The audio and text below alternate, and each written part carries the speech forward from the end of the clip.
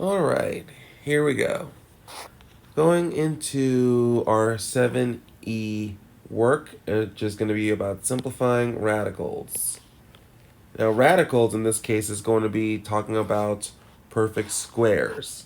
And a perfect square is just any number that is a result of squaring anything. 4 squared, 5 squared, 6 squared, 7 squared, 8 squared.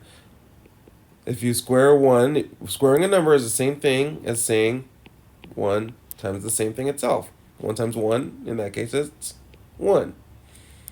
So 2 squared is 2 times 2, which is 4. 3 squared, 3 times 3, which is 9. 4 squared, 4 times 4, 5 times 5, 6 times 6, 7 times 7, 8 times 8, and so on, so on. So 9 squared would be 81. And of course 10 squared, 10 times 10 is 100. Those are perfect squares. The numbers right over here are your perfect squares. That means the numbers that aren't perfect squares, well, are just going to be the numbers that don't get squared. So any other number that's not squared, that's not any one of those highlighted numbers right there, those are perfect squares. So 10's not a perfect square, for example. 20's not a perfect square. 38's not a perfect square. 57's not a perfect square, and so on. There's so many examples for perfect squares. Those are just examples. So when we're talking about radicals, we're talking about perfect squares. And when we're talking about perfect squares, we have to think about the equations of these. And I already did this right over here when we're squaring them. We also have to think about the opposite of them. In algebra, we always talk about inverse operations, or the opposite of the operation that you're trying to do. Opposite of adding is subtracting. Opposite of multiplying is dividing. There is an opposite of squaring too, and we use the term radical, but it's actually something we probably think about as square root, because the radical symbol is just a square root symbol right over there. Excuse me. So, just for example, look, if I wanted to work like this, the relationship between a perfect square and its square root. Start with 100. 100 is a perfect square, and its square root is 10. So if I can write down the equation, if I write this down, the square root of 100 will equal 10.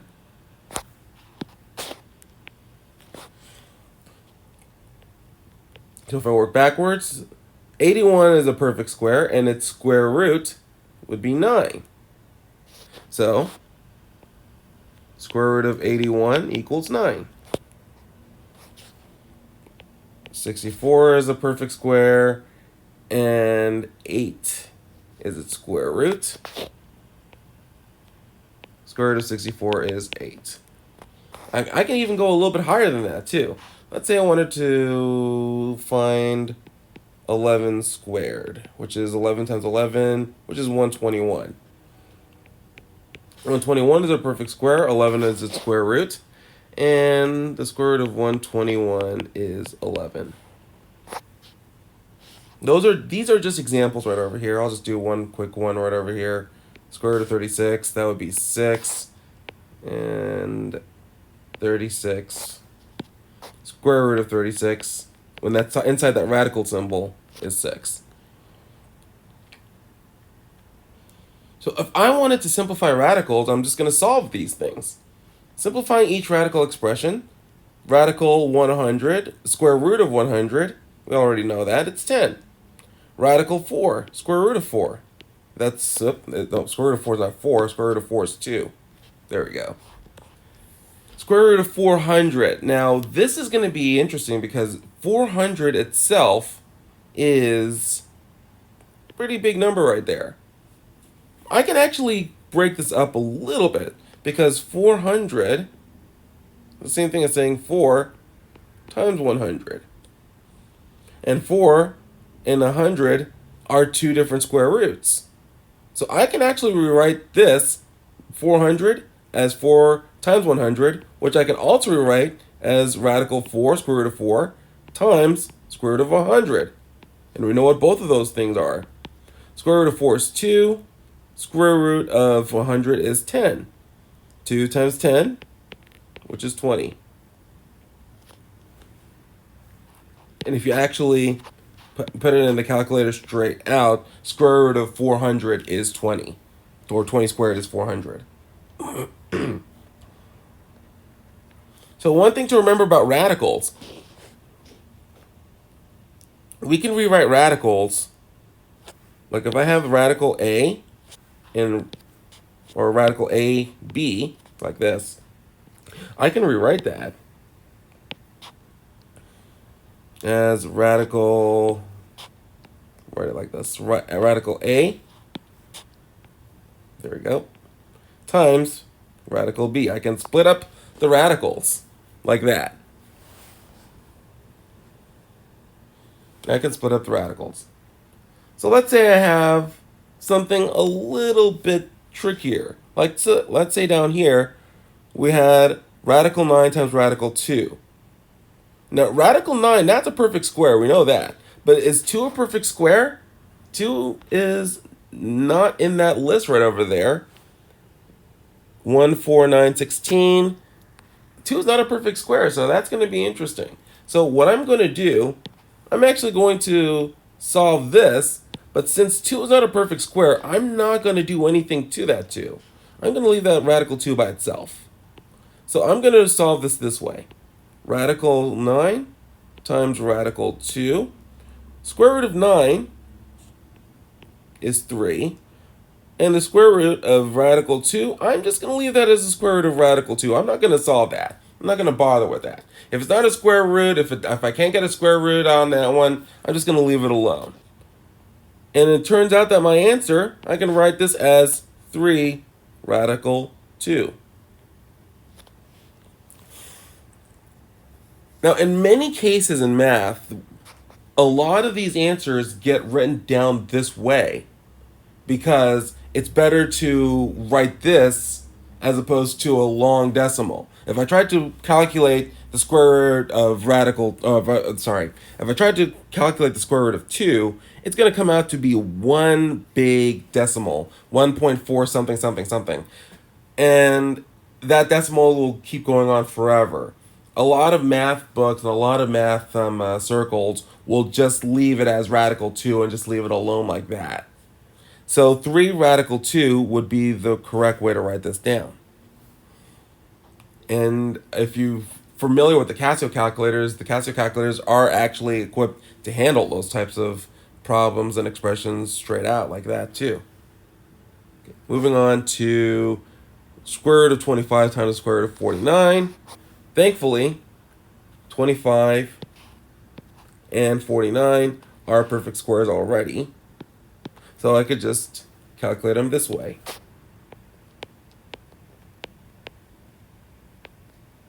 Radical 49. Radical 25, square root of 25 is 5. And radical 49, square root of 49 is 7. So that's 5 times 7. Then we should know that one. 5 times 7 is 35. 5 times 7 is 35. All right. Number 6 down here, radical 18. Now, 18 is not a square root. It's not a perfect square. So I can't do anything with that right now. However, I could leave it as radical 18, but I can actually simplify a radical too. And we're going to, just like how we simplify fractions, we can simplify square roots. This is how it works. If 18 has any perfect squares as its factors, we're going to split 18 up. So what are the factors of 18? I'm going to change colors right over here because we're just going to take a quick detour to figure out the factors of 18. 1 and 18, 2 and 9, and 3 and 6. And which one of these factors has a perfect square? 9 and 2. Because 9 is a perfect square. So I'm going to split up radical 18 like this. Radical 9 times 2, which I can actually rewrite as radical 9 times radical 2, which will become square root of 9 is 3.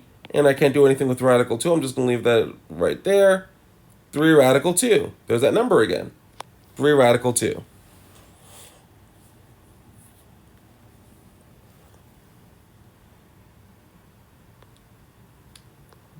Now, if I go to radical 80, I can also solve this out the same way. Looking for perfect squares and then going from there. What are the factors of 80? I'm going to use Desmos for this. So for Desmos, I don't have my Desmos ready. Let me just go ahead and get that. Desmos. Just going to use regular Desmos for this. But remember, for you guys, use your blue Desmos. Clear that table, X. And I'm going to go 80 divided by X. We did this to find the factors in unit 6. If I put in 1, I get 80. If I put in 2, there we go. Oh, hold on. Clear that. Take 2. There we go.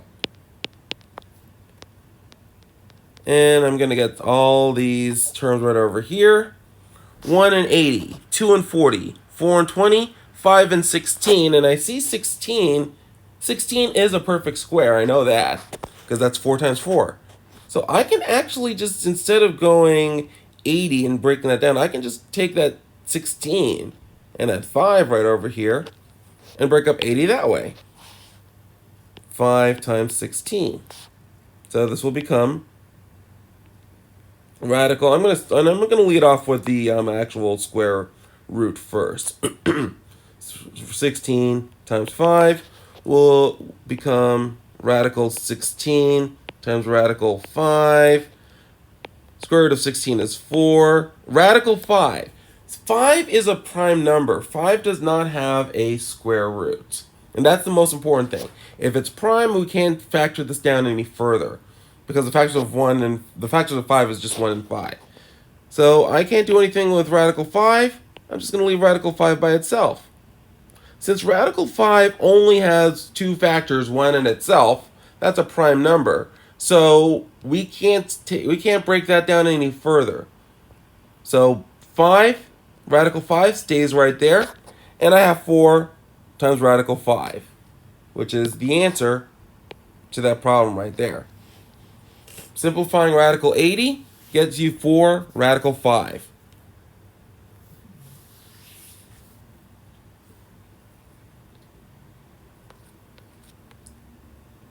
Now, if you have a big number like this, 294, there's a second way to solve this out. You can try to find the factors and try to take it down that way.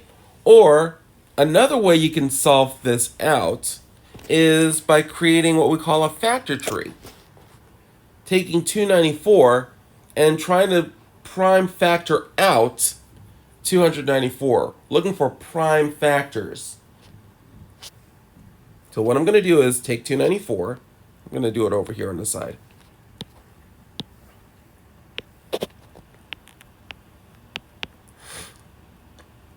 And I'm going to factor out the smallest prime number for this number right over here. So in the case of 294, I can take out 1 in 294. I'm not going to do that because I'm going to be right back where I started from. Whenever I want to do a tree and start by factoring, I always want to start with the number 2. So I'm going to do that. And since 294 is even, put this in Desmos. What's 294 divided by 2? 294 divided by 2 is 147. So what I'm going to do, 2 and 147. Now 147 actually can be broken down too, because 147 is actually, going to test it out again. 147. Can 2 go into that? No. It has a decimal, which means it's a fraction. That means nope. I need solid integers here. I need solid numbers. Can 3 go into it? Yes, it can. 49. So 3. So 147 over 3 gives you 49. So 3 and 49. And 49 can be broken down. 1 doesn't go, 2 doesn't go into that, 3, 4, 5, but 7 goes into it because that's 7 times 7. And if I prime factor everything out here, I get 2 times 3 times 7 times 7. If I put that in the calculator, 2 times 3 times 7 times 7, I get back to 294. That's what we call prime factorization.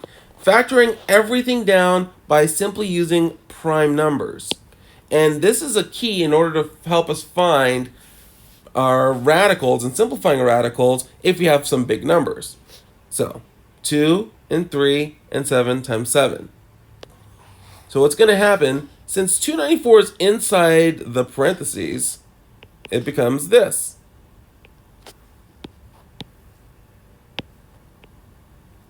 Two times 3 times 7 times 7.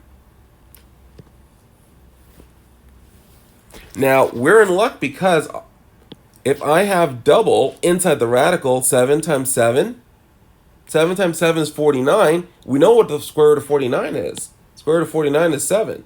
So that's 7. If it doubles up, we pair it out. We take it outside the parentheses. 7 and 2 times 3.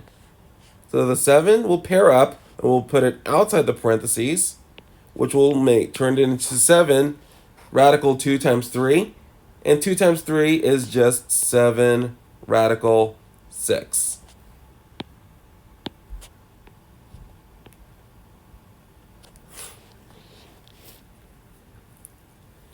All right, one more example with another big number. 648.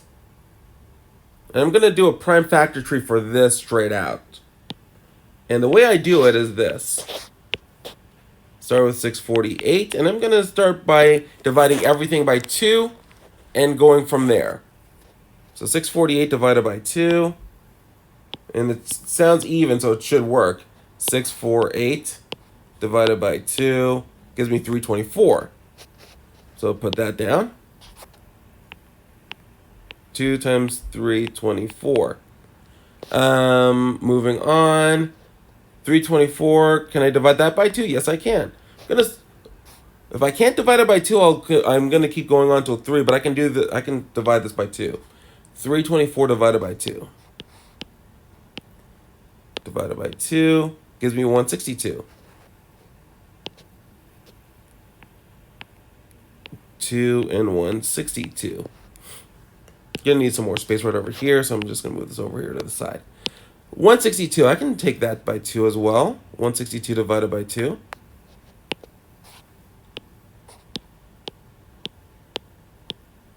Gives me 81.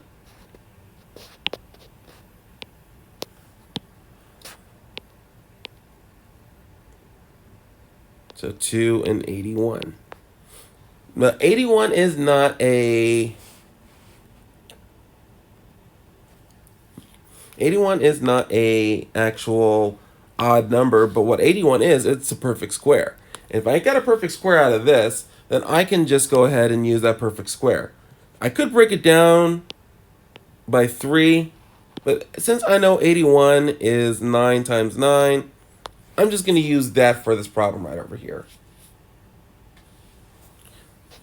So I've got 2 times 2 times 2 times 9 times 9. I'm actually... Even if you break out down 81 on the way on down, actually, let me backtrack that. Let me not do that. I'm gonna do pure prime factorization because you're still gonna get the same answer out of this. 81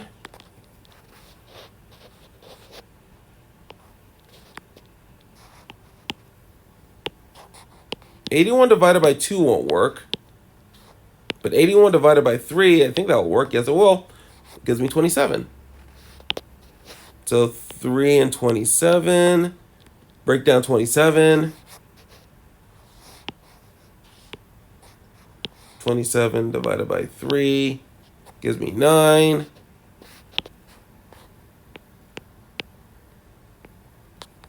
And then 9 is 3 and 3.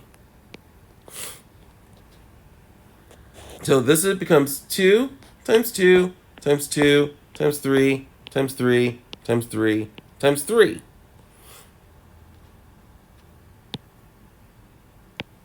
So one more time. That was 2 times 2 times 2 times 3 times 3 times 3 times 3. Again, you put that in the calculator. 2 times 2 times 2 times 3 times 3 times 3 times 3 gives you back to 648.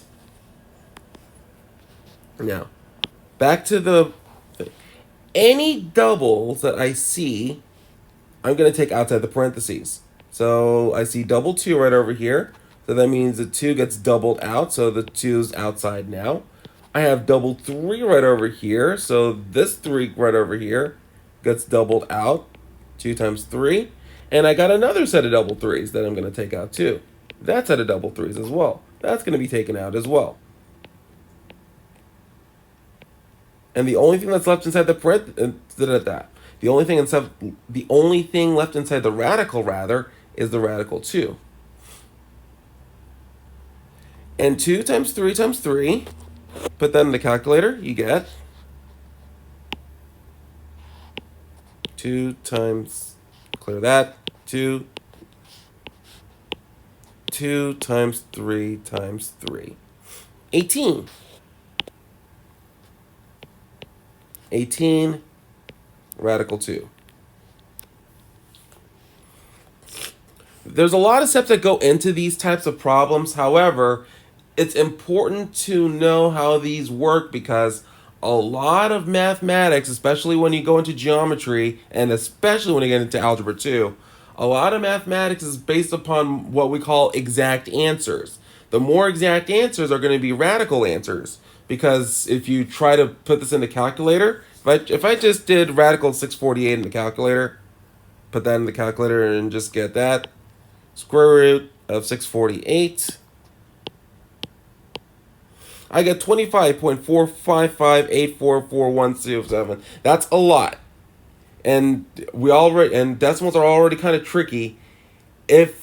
So what mathematicians would require is a more precise answer. So they'll just go radical 648 or the simplified version of radical 648, which in this case is 18 radical 2.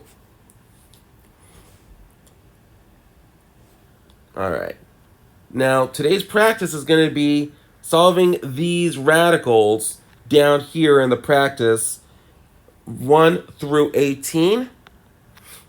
And we will work out the exit ticket. Hopefully, by the time we get this done, our next class, I should be well enough to go for our next class. So for today, practice numbers 1 through 18 and submit that into your Schoologies.